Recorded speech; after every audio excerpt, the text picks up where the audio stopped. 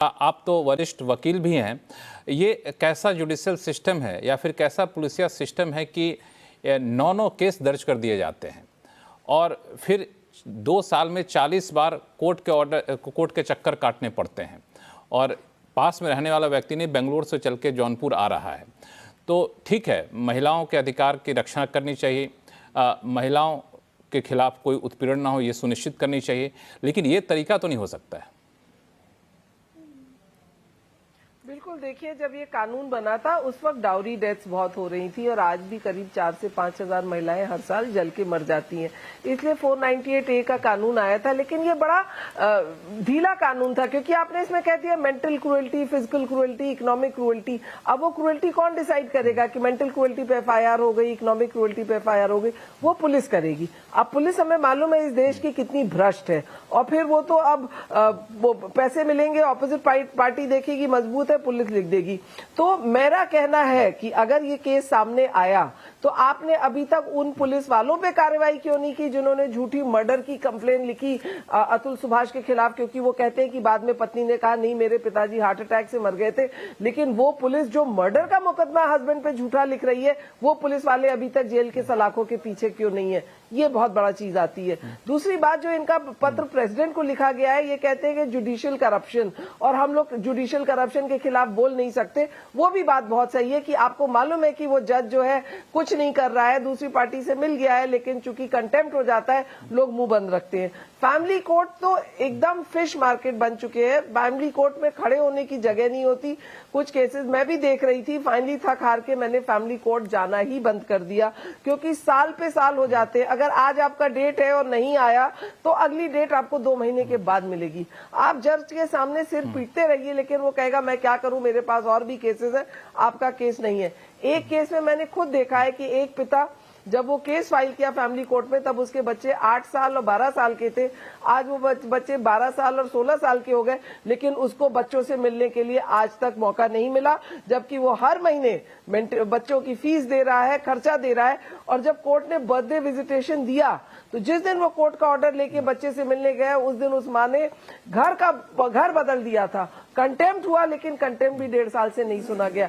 तो बिल्कुल family court के ऊपर उंगलियां उठ रही हैं, उठनी भी चाहिए, क्योंकि न्याय दोनों साइड से मिलना चाहिए। और उससे आगे की बात, जो जौनपुर में केस लिखा गया, अगर आप देखिए section 19 of the Hindu marriage act, वो कहता है कि जहां पे वो लास्ट रिसाइड करते थे वहां लिखा जा सकता है केस, या पिटीशन डालते वक्त पत्नी वहां रहती थी। तो मैं चाहूंगी, जब ये पत्नी जो है निकिता सिंघानिया बैंगलोर में काम कर रही थी, इनको सैलरी वहां से मिल रही थी, तो जौनपुर में किस बेसिस पे इनका केस लिखा गया, वो भी इंक्वायरी होनी चाहिए कि क्या जज ने इनका केस क्यों नहीं जुरिस्डिक्शन में बैंगलोर दिया गया जब दोनों बैंगलोर रहते थे। ये एक मेंटालिटी हो जाती है हैरेस करने की दोनों पार्टी को, कि ऐसे जगह केस लिखो कि वो भाग भाग के जाए। और 40 बार हियरिंग पे केस आ गया लेकिन डिसीजन नहीं हुआ, ये भी एक सवाल उठाता है जुडिशरी पे, जस्टिस सिस्टम पे। और मैं चाहूंगी कि जैसे निर्भया में क्रिमिनल लॉ अमेंडमेंट एक्ट 2013 आया, इसी तरह अतुल सुभाष की मृत्यु जो है वो एक नया कानून लाए, फैमिली लॉ का चेंजेस लाए, जिससे कि आगे इस तरह के हादसे ना हो। बिल्कुल, ये एक जेंडर न्यूट्रल कानून की बात उठ रही है और वाकई जिस हालात पे हम लोग पहुंच चुके हैं वहाँ पे इसकी वकालत बड़ी संख्या में लोग कर रहे हैं, और ये कानून कहीं कहीं लग रहा है कि वाकई ये मांग काफ़ी जायज़ हो रहा है। दीपिका भारद्वाज हमारे साथ जुड़ चुकी हैं। दीपिका, इस पूरे मामले में व्यक्तिगत केस को छोड़ दिया जाए तो जिस तरीके से सिस्टम पे सवाल उठा है, आपको लगता है कि वो ज़माने चले गए जब हम सिर्फ महिलाओं के अधिकारों की सुरक्षा की बात करें? अब जो संविधान में जेंडर इक्विटी का प्रावधान किया गया है, उसको देखते हुए हम लोग उसी तरीके से पुरुषों के अधिकार की भी बात करें और उसके जुड़े हुए प्रावधान भी कानून में जोड़ें। जी बिल्कुल लक्ष्मण जी, आर्टिकल 15(3) जिसमें कहा गया है कि स्पेशल प्रोविजंस महिलाओं के लिए बनने हैं, वो बहुत सही कहा गया है कि ठीक है, महिलाओं को संरक्षण की जरूरत है, उनके अपने मुद्दे होते हैं, लेकिन महिलाओं के लिए जो कानून बनाए गए हैं, वो अगर पुरुषों के लिए फांसी का फंदा बन रहे हैं, तो ये टाइम आ गया है अब कि हमारी सरकार को थोड़ा चेत होना चाहिए, थोड़ा देखना चाहिए कि कितने सारे पुरुष हैं जो आत्महत्याएं कर रहे हैं। पिछले साल सुप्रीम कोर्ट के पास एक PIL गई थी कि राष्ट्र पुरुष आयोग बनना चाहिए, तो उन्होंने बोला कि किसके लिए पुरुष आयोग मांग रहे हो, वो पुरुष जो फ्यूचर में सुसाइड करेंगे। तो मैं सुप्रीम कोर्ट को कहना चाहूंगी कि फ्यूचर में नहीं, आज के समय एक अतुल सुभाष नहीं, हजारों पुरुष सुसाइड कर रहे हैं। आज हम लोग प्रोटेस्ट करने के लिए इकट्ठे हुए थे सारे, दिल्ली पुलिस ने हमारे को अरेस्ट कर लिया। यहाँ पे 200-250 परिवार आए हुए थे, सब लोग रो रहे थे, सब लोग रोए थे। तारीखों पे तारीख लगती है, लड़की आती नहीं है। एक नहीं 10 मुकदमे कर रखे हैं, जितने मुकदमे करना चाहती है करती जाती है, और हरासमेंट की कोई अंत नहीं है। महिलाएं जो है, जो पुरुष के परिवार वाली है, वो भी प्रताड़ित हो रही है। तो मुझे तो ये बताइए कि कौन सा महिलाओं का सशक्तिकरण हो रहा है कि पुरुष के परिवार में तो महिलाओं को भी प्रताड़ना हो रही है, पुरुषों को भी प्रताड़ना हो रही है, लेकिन एक महिला जो है वो पूरे परिवार के साथ खेल जाती है और किसी को वो नहीं है। और आभा मैम ने बिल्कुल सही कहा है, मैं कल 2 दिन से यही कह रही हूँ कि अतुल सुभाष की मौत को जाया ना जाने दिया जाए। माननीय हमारे होम मिनिस्टर से, हमारे प्राइम मिनिस्टर से हमारी विनती है, एक कमेटी बिठाई जाए, जैसे जस्टिस वर्मा कमेटी बैठी थी, उसी तरह एक सिंपल सी पहल कर सकते हैं हमारे लॉ मेकर्स, हमारी गवर्नमेंट, की एक कमेटी बिठा दीजिए। आप जजों से पूछ लीजिए, अभी हम लोग जब डिटेन हुए तो हमारे साथ पुलिस वाले थे, आप मानेंगे नहीं, हमारे से ज्यादा केसेस पुलिस वाले हमारे को बता रहे थे कानून के मिसयूज का। और महिलाएं भी जो पुलिस ऑफिसर्स थी वो यही बोल रही थी कि नहीं मैडम, आपकी लड़ाई बहुत सही है, आप लोग बिल्कुल सही बोल रहे हैं कि बहुत ज्यादा अत्यंत अति हो गई है। हम लोग भी आए दिन देखते हैं, लोगों को रोते हुए देखते हैं, महिलाएं इतना ज्यादा ज्यादती करती है लेकिन हम कुछ नहीं कर पाते। तो आप लोगों की लड़ाई बिल्कुल सही है। तो जब पूरा समाज आज किस तरह से देश उबल रहा है, किसी एक सिर्फ अतुल सुभाष की मौत के ऊपर नहीं उबल रहा है, सब लोग अपने आसपास देख रहे हैं। हर इंसान कोई ना कोई एक परिवार को ऐसे जानता है जो झूठे दहेजों में बर्बाद हो, केस में बर्बाद हो गया। किसी को लोन लेके पैसे देने पड़ रहे हैं, किसी को प्रॉपर्टी बेच के पैसे देने पड़ रहे हैं। क्या पैसा बनाने का जरिया बनाने के लिए कानून बनाए थे? नहीं। सही महिलाएं जो विक्टिम्स हैं उनको बिल्कुल आपकी बात को हमने बिल्कुल एक्नॉलेज किया है। और आप जहाँ पे हैं, आपने बहुत ही सही बताया कि आप लोग प्रोटेस्ट करने आए थे, वहाँ पे कई लोगों से आपका वास्ता भी पड़ा जो खुद इस तरह के प्रताड़ना के शिकार रहे हैं। तो ऐसे में अब क्या समय आ गया है कि पुरुष के लिए भी एक विशेष अधिकार या फिर पुरुष को भी समानता का अधिकार दिया जाए? हमारे साथ मेन वेलफेयर ट्रस्ट के प्रेसिडेंट अमित लखानी जी जुड़े हुए हैं। अमित लखानी जी, आप देखिए, दीपिका भारद्वाज खुद मौके पे हैं, वहाँ पे धरना प्रदर्शन के लिए गई थी और वहाँ पे कई लोग मिले। यहाँ तक कि पुलिस, जैसा वो बता रही है कि पुलिस भी कह रही है कि हाँ, इस तरह के मिसयूज होते हैं। जी लक्ष्मण जी, जितनी भी बातें अभी तक जो पैनलिस्ट ने बोली है, मैं कहूँगा कि लॉ इन बुक्स और लॉ इन प्रैक्टिस, ये वही फर्क है कि किताबों में क्या लिखा हुआ है और एक्चुअली क्या होता है। जैसे कि अभी कहा गया कि उनको अरेस्ट किया जाए जिन्होंने एफआईआर कर दी और ये सब कर दिया जाए। तो आप अगर प्रैक्टिस में देखें, तो अगर आप थाने में जाएं तो आपको पता लगेगा कि किस तरीके से एक आदमी के ऊपर जब एक कंप्लेंट होती है और किस तरीके से उसको ऐसे ट्रीट किया जाता है जैसे वो पहले से ही कन्विक्ट है। कैसे उनके माँ बाप के साथ ट्रीटमेंट किया जाता है, किस तरह से सख्ती से उनसे बोला जाता है, किस तरह से उनको जलील किया जाता है। आप विश्वास नहीं करेंगे, हमारे पास लोगों के कॉल्स आते हैं हमारी हेल्पलाइन पे। इतने कॉल्स ऐसे आते हैं जहां पे लोग सुसाइडल हैं, जहां पे लोगों के माँ बाप परेशान हैं, जहां पर उनको ऐसा लग रहा है कि हमें बिल्कुल आउटकास्ट कर दिया गया है। कोर्ट्स में जाते हैं तो उनकी कोई सुनवाई नहीं है, डेट्स उनको उनके हिसाब से मिलती नहीं है। वहां पर मेंटेनेंस के केसेस में जाते हैं तो जो महिलाएं हैं जो कि सशक्त हैं, कमा रही हैं, वो जाके कोर्ट में बोलती हैं कि हमारी कोई इनकम नहीं है, और जितना आदमी की इनकम नहीं है उससे ज्यादा उनको मेंटेनेंस देनी पड़ रही है। बच्चों से उनको मिलने नहीं दिया जाता। पेरेंटल एलिनेशन एक अलग प्रॉब्लम चल रही है। ऐसे में जो हमारी सोसाइटी भी एक बहुत कंड्यूसिव एटमॉस्फेयर नहीं देती कि एक आदमी जाके अपनी बात रख सके। ऐसे में बहुत से पुरुष हैं जो अतुल की तरह उनके दिमाग में ये चल रहा होता है कि इस लाइफ में हमारे लिए कुछ रह नहीं गया। हम इतने ऐसे केसेस से आए दिन डील करते हैं।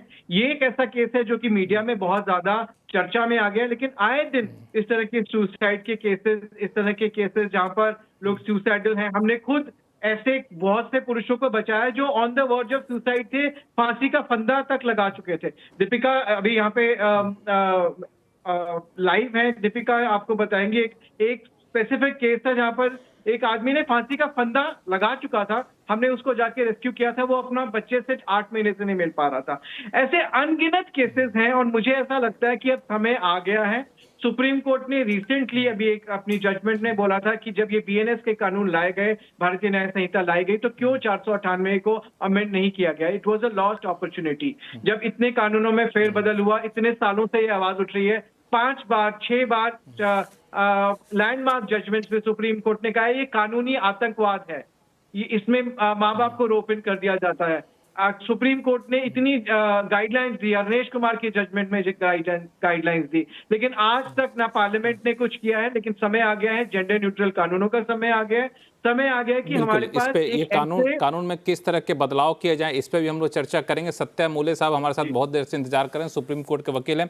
सत्या, आप सुप्रीम कोर्ट में कई बार जाते हैं, लेकिन जो लोकल कोर्ट हैं उसके बारे में अपने सुसाइड में जो बातें कही गई हैं अतुल की तरफ से, वो तो बड़ा ही चौंकाने वाला है कि जज खुद कह रहे हैं कि 5 लाख रुपए दो तो इस पूरे मामले को सलटा दिया जाएगा। इस ऐसे मामले में ऐसे ही चलता है। एक व्यक्ति पे 9 केस मामले दर्ज कर दिए जाते हैं और एक बच्चे के पालन के लिए 2 लाख रुपए की मांग की जाती है, उस पर भी सुनवाई होती है। तो ये तो स्थानीय कोर्ट, लोकल कोर्ट की हालत अगर इनके आरोपों को सही माना है तो बड़ा बुरा है। जी, आपने बहुत सही कहा। एक होता है जुडिशियल सिस्टम का फेलियर, दूसरा होता है कि एक सिस्टम एक प्रेजुडाइज्ड है। ये सिस्टम एक प्रेजुडाइज्ड जो है, it is tilting in favour of woman, और ये सोच के चलता है कि मर्द ने कुछ गलत किया हुआ है। आप दोनों तरफ से अगर सोचेंगे तो आज 2024 में भी ये स्थिति है कि 498 ए जब डाइल्यूट हुआ अरनेश कुमार के केस के बाद में, उसके बाद में कोई महिला अगर पीड़ित है अपने ससुराल वालों से या अपने पति से, तो अगर वो पुलिस स्टेशन जाती है तो उसके लिए इतना आसान नहीं रहा कि वो अपनी कंप्लेंट फाइल करे और पुलिस इमीडिएटली अपने पति के ऊपर उसके ऊपर एक्शन ले या कोई प्रोटेक्शन दे। अभी पुलिस उसमें उतना इंटरेस्ट नहीं लेती क्योंकि उन उसमें अभी अरेस्ट का प्रावधान नहीं रहा। तो बहुत सारी चीजें अभी काउंसलिंग की तरफ भेजी जाती है। तो होता ऐसे है कि बहुत सारी पीड़ित महिला आज भी इस देश में ऐसी है कि उनको तुरंत जब उनको कोई एक्शन चाहिए होता है, कोई प्रोटेक्शन चाहिए होता है, कोई पुलिस एक्शन चाहिए होता है, वो नहीं मिलता। हालाँकि अगर हम दूसरी तरफ से देखें, तो आज की तारीख में 2024 में मर्द के लिए कोई भी ऐसा कानून में प्रावधान नहीं है कि वो अपने पत्नी के खिलाफ या अपने ससुराल के वालों के खिलाफ कोई शिकायत पुलिस में दर्ज करे। हमारे पास ऐसे कई मामले आते हैं कि वो बहुत ज़्यादा पीड़ित होते हैं, महिलाएँ बहुत शिक्षित होने के कारण उनको बहुत सारी इन्फॉर्मेशन होती है, वो पति को बहुत सारी चीज़ों की वजह से परेशान करती है, लेकिन अगर कोई पति अगर पुलिस स्टेशन में जाता है, तो वो हँसी-मज़ाक का एक सब्जेक्ट बन जाता है। पुलिस वाले उसके ऊपर हँसते हैं, वो बताते हैं कि आज जो प्रेजुडाइज्ड माइंड है, जो जुडिशरी की बात मैंने की, वो प्रेजुडाइज्ड माइंड पुलिस वालों में भी है। वो ये बात करते हैं कि आप अपनी पत्नी को कंट्रोल में नहीं रख सकते, वो आप अपने पत्नी को मैनेज नहीं कर पाते, आप अपने पत्नी से डील कर नहीं पाते, पुलिस इसमें क्या कर पाएगी? तो हैविंग सेड दिस, जैसे मेरे कलीग्स ने बात की, समय आ गया है कि कानून में बदलाव आना चाहिए। जहाँ-जहाँ लिखा गया है कि एनी वुमन या कोई औरत, वहाँ-वहाँ अभी अमेंड करके most of the places any person कर देना चाहिए। It should be made gender neutral, no doubt about it. Having said this, कानून में बिल्कुल, बदलाव ये इस आपने तरह बड़ी से अच्छी आना बात, चाहिए ये कि आपने बहुत ही प्रैक्टिकल बात यहाँ पे कहा आपने जो पीड़ित है, कि मैं आऊँगा आपके पास आऊँगा। बहुत ही इम्पोर्टेंट इन्फॉर्मेशन पूरे पैनल के साथ शेयर करना चाहती हूँ, जितना हाँ, कि मुझे ज्ञान है। हाँ एटलीस्ट प्लीज। 1 साल पहले तो मेरी बात हुई थी, जिस अरनेश कुमार की जजमेंट का सब लोग बात करते हैं, जिन्होंने जाने कितने पुरुषों के परिवारों को बेजा अरेस्ट से बचाया है। अरनेश कुमार के केसेस आज तक चल रहे हैं।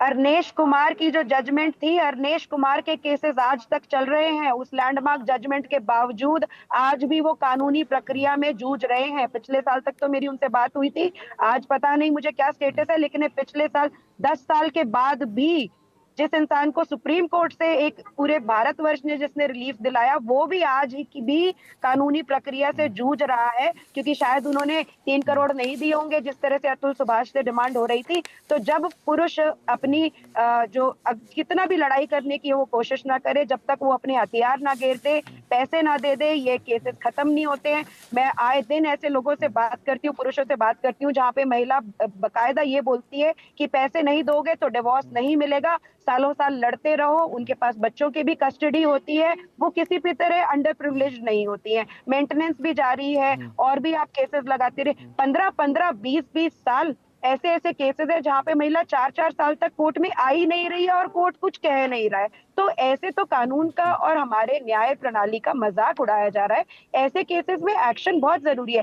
पुरुष अगर कुछ गलत करता है उसको भी जल्दी से पनिश कीजिए, और अगर महिला गलत करती है, कानून का दुरुपयोग करती है, तो उसको भी पनिश कीजिए। लेकिन लक्ष्मण जी, बात की 100 बात की एक बात, 4 दिन हो गए हैं सुसाइड करे हुए अतुल सुभाष को, बैंगलोर पुलिस आज तक एक अरेस्ट नहीं कर पाई।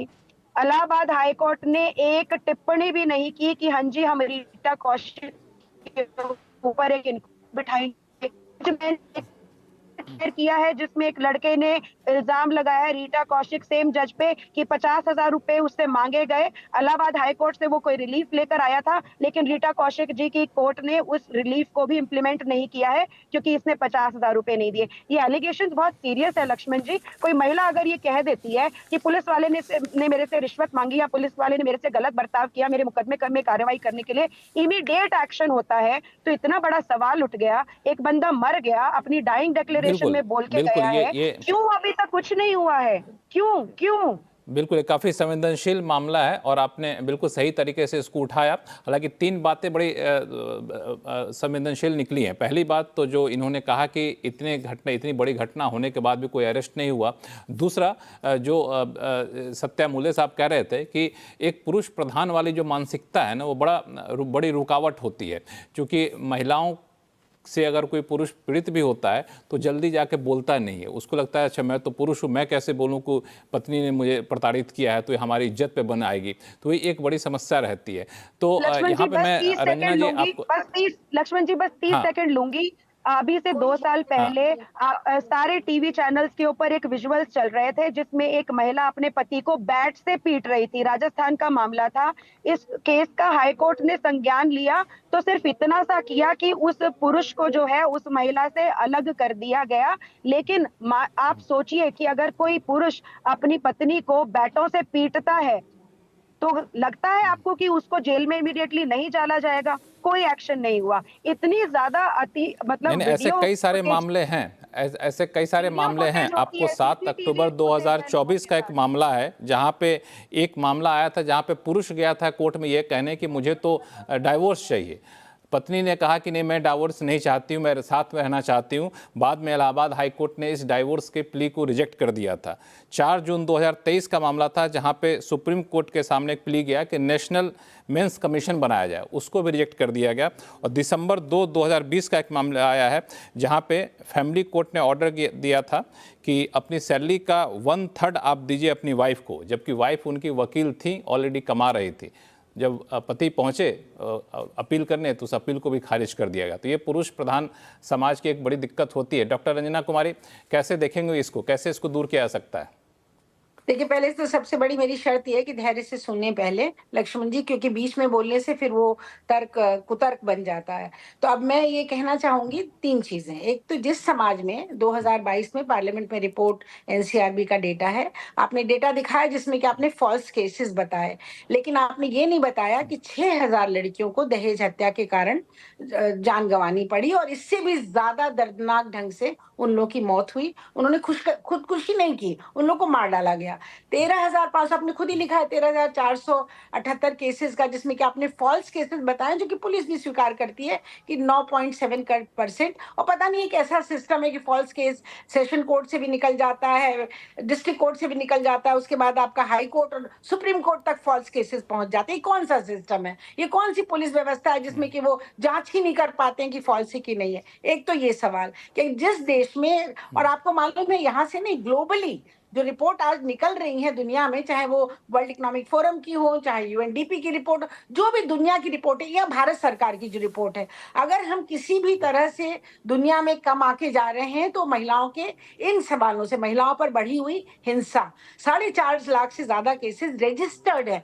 हमारी गांव की कितनी औरत, हम तो पूरब के रहने वाले हैं और हमारे गांव के जौनपुर के बिल्कुल बगल में बनारस है, वाराणसी की हूँ, तो आप बताइए कि कहाँ कितनी औरतें जाती हैं लिखाने के लिए केस, कितने परिवार वालों में हिम्मत है केस लड़ने की। चुपचाप अपनी लड़कियों को दबा के बिठा दिया जाता है और कहा जाता है कि बिल्कुल अब इसमें हमारे पास ना पैसा है ना दम है लड़ने का। तो ये जो केसेस हमारे रिपोर्टेड केसेस हैं, जब तक वो केसेस रहेंगे तब तक आपको कानून की जरूरत है। अब वो कानून क्या होगा, कैसा होगा, ये तो देश की संसद तय करेगी, लेकिन ये कानून सड़कों पर हम लोगों ने जो फूल नहीं चिंगारी है, हम भारत की नारी हैं, आंदोलन कर करके कानून जो हम लोगों ने बनवाए, जबकि इतनी आज भी दुनिया का एक देश मुझे बताइए जहां की लड़कियों की हत्या टुकड़े टुकड़े काट के हत्या, क्या हुआ उन केसेस का?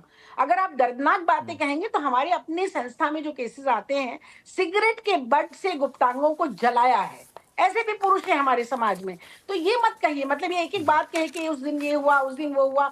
औरतों को बैट से, डंडे से पीटा जाता है, चक्कू से काटा जाता है, ये भी यही हो रहा है ना, हिंदुस्तान में ही हो रहा है। और आप ही लोग ये रिपोर्ट देते हैं, हम लोग तो नहीं जाते देखने के लिए वहां पर। तो ये भी एक समाज है, और जब तक इस तरह की घटनाएं होती रहेंगी तब तक हम कब तक संवेदनहीन बने रहेंगे। अब पुरुषों की बात पर आइए, ये मैस्कुलिनिटी जो है हिंदुस्तान की, जो आप मर्द हैं, आप रो नहीं सकते, आप मर्द हैं, आप शिकायत नहीं कर सकते हैं, तो ये वही पुलिस वाले हैं ना जो आप पर हंसते हैं, जो औरतों की कभी बात नहीं मानते थे, कहते थे कि नहीं नहीं तुम जाओ, खाना तुमने नहीं बनाया होगा, तुमने बच्चे के ट्यूशन नहीं पढ़ाई होगी, तुमने होमवर्क नहीं करवाया होगा, तुमने सास के साथ अच्छा व्यवहार नहीं किया होगा, जाओ चलो यहाँ कोई तुम्हारा केस नहीं बनता। ये औरतों को भी भगाते थे ऐसे ही। तो जाइए ना, केस लिखवाइए कि मेरी पत्नी मुझे मारती है, आप केस लिखवाइए कि मेरी पत्नी मुझे मानसिक प्रताड़ना देती है, कौन मना करता है? फिर तो कानून है। कोई भी गैर कानूनी काम करेगा, चाहे वो सड़क पर करे चाहे परिवार में करे, आपको हक है जाकर के कानून से, रूल ऑफ लॉ है ना हमारे देश में, कानून सबके लिए। ये दीपिका, मैं आपके पास आऊंगा, एक मिनट रंजना जी को बोलने दीजिए, आपके पास आऊंगा दीपिका, एक बार रंजना जी अपनी बात पूरी कर लें। सिर्फ लक्ष्मण जी, ये कानून सिर्फ एक देश की एक आबादी के लिए नहीं, कि सिर्फ महिला आबादी के लिए कानून है। ये महिला आबादी अलग से महिला नहीं है, किसी की बेटी है, उसका बाप है, किसी की बहन है, उसका भाई है, जो केस लड़ रहे हैं जौनपुर में। आप जाके देखिए उस परिवार की हालत का, एक ही तरफा स्टोरी चल रही है ना इस समय, पूरे देश में इस समय हंगामा, वो विलेन है, उसका परिवार ऐसा। देखिए तो जाके उनकी स्थिति जौनपुर में कि कौन लोग हैं, क्यों इस तरह की लड़ाई में उनको फंसना पड़ा। ये मैरिज जो है, जैसे हम लोग यहाँ पहले रिश्तेदारी में शादी होती थी, अब तो नहीं होती है ना, अब तो अखबारों में देख देख के शादियां हो रही हैं। अब मैं अपनी बात कह लूँ रंजना जी, अगर आप इजाजत हो तो मैं अपनी बात कह लूँ। मैं बिल्कुल कहिए लक्ष्मण जी। देखिए, पहली बात तो आपने जो आरोप लगाया कि हम लोगों ने जो अतुल के ससुराल वाले थे या फिर जो पत्नी थी उनको विलेन के तौर पर पेश किया, ऐसा बिल्कुल नहीं, हम लोग कहीं विलेन नहीं कह रहे हैं, ना तो हम लोग उस आरोप की सत्यता जांच रहे हैं, हम लोग पूरे सिस्टम पे सवाल उठा रहे हैं। दूसरी बात, अब मैं ये कतई इनकार नहीं करता इस बात से कि भारत के समाज में महिलाओं के साथ उत्पीड़न होता है, इसमें कहीं कोई शक नहीं है, होता है और अच्छी संख्या में होता है।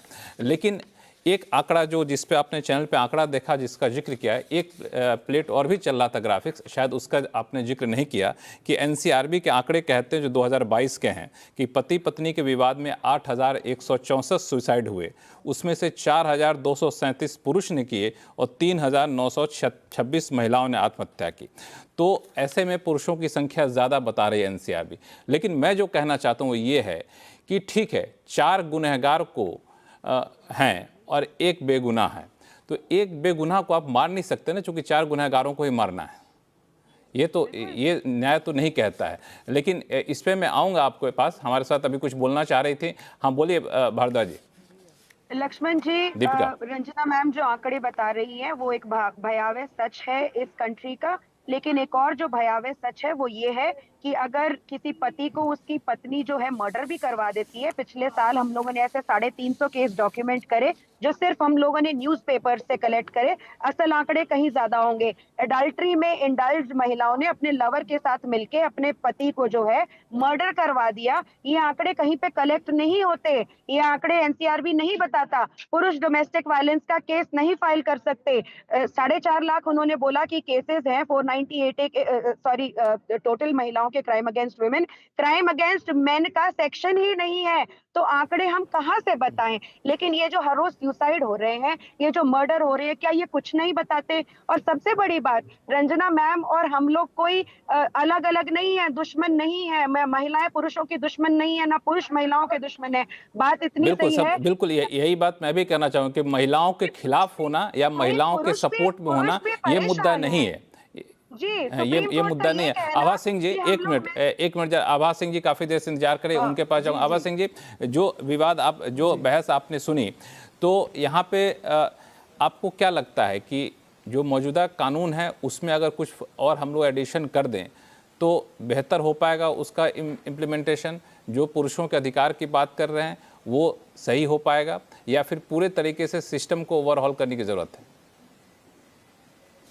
देखिए, कानून बहुत है, लेकिन कानून का सही अकाउंटेबिलिटी होना। जैसे मैंने कहा कि अगर पुलिस वाले दुरुपयोग कर रहे हैं, सही स्पिरिट में लाओ, उन पे कार्रवाई करके अकाउंटेबिलिटी लाइए कि जो है कि सही ढंग से एफआईआर लिखी जाए। अब समय आ गया है कि आप प्रीनप का कानून लाइए कि शादी से पहले जैसे विदेशों में प्रीनप होता है उसमें पहले से ही रहेगा, तो डिवोर्स ऑर्गेनाइज हो जाएगा। कोई एक दूसरे पे गलत केस नहीं लगाएगा ज्यादा मेंटेनेंस के लिए, बच्चों की कस्टडी के लिए।